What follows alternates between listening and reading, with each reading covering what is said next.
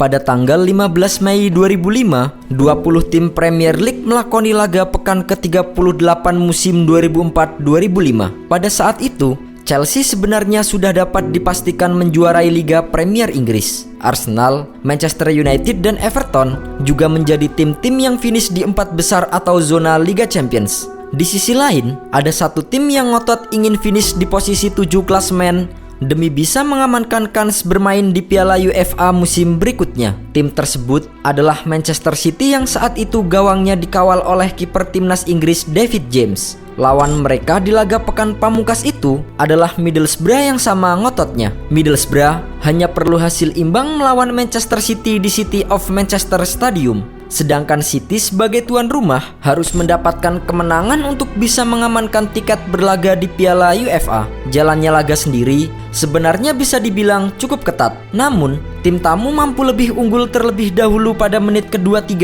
lewat gol yang dicetak oleh Jimmy Floyd Hasselbaink. Manchester City kemudian mampu menyamakan kedudukan menjadi 1-1 pada menit ke-45 berkat gol yang dicetak oleh Kiki Musampa. Manchester City terus berusaha untuk mencetak gol kedua akan tetapi tidak juga berhasil. Akhirnya, pada 5 menit menjelang bubar, pelatih mereka Stuart Pearce membuat sebuah pergantian yang sangat mengejutkan. Pelatih asal Inggris itu menarik keluar gelandang Amerika Serikat Claudio Reyna untuk memasukkan kiper cadangan mereka Nicky Weaver. Di sisi lain, David James yang sepanjang laga pergerakannya fokus menjaga gawang City disuruh menjadi penyerang untuk mengobrak-abrik kotak penalti lawan. Ketika Weaver masuk ke dalam lapangan, David James sebagai kiper utama City membuka sarung tangannya dan memakai baju pemain biasa dan kemudian berpindah posisi sebagai penyerang. Tujuannya, City ingin memperkuat serangan dengan menambah jumlah penyerang demi mengejar gol secara totalitas. Hal itu dilakukan oleh sang pelatih karena City pada saat itu sudah memainkan semua penyerangnya yang mereka bawa pada hari itu. Musampa, Sean Wright-Phillips, dan Robbie Fowler sudah bermain sejak awal laga.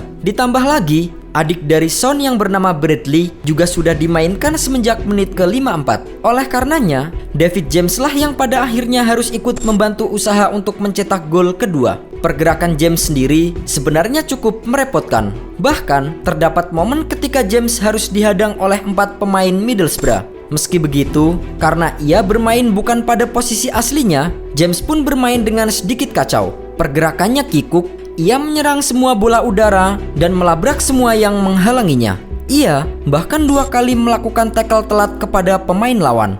Bisa jadi apabila itu bukan laga terakhir musim, saya akan di kartu merah dalam 3 menit pertama.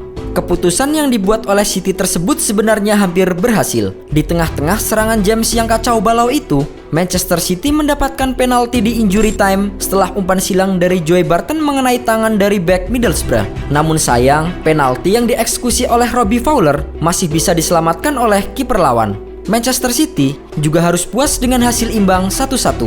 Dengan hasil tersebut, maka Middlesbrough lah yang harus finish di peringkat ke-7 dan mengamankan 1 tiket ke Piala UEFA. Aku tidak bisa mempercayai mataku saat melihat David James menyerang. Itu luar biasa.